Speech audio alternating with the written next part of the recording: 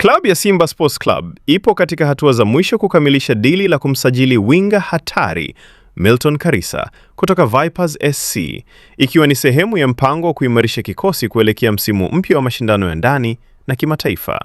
Taarifa kutoka vyanzo vya karibu na club zinaeleza kuwa mazungumzo kati ya pande hizo mbili yamefikia makubaliano mazuri, huku taratibu za mwisho za kimkataba zikiendelea kukamilishwa.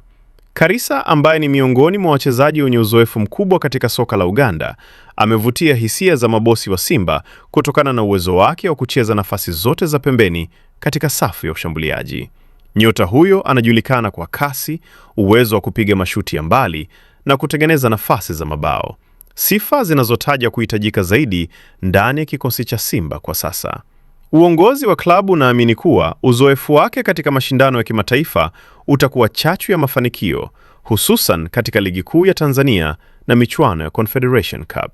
Iwapo kila kitu kitaenda kama ilivyopangwa, Karisa anatarajiwa kuwa sehemu ya kikosi cha Simba katika kampeni ijayo, hatua itakayoongeza nguvu na ushindani katika mbio za ubingwa na mafanikio ya kimataifa.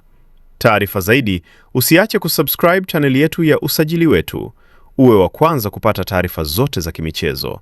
Pia, tunapatikana kwenye mitandao yote ya kijamii: Facebook, Instagram, TikTok pamoja na Twitter kwa jina la Usajili Wetu. Jina langu ni Shabi Graphics.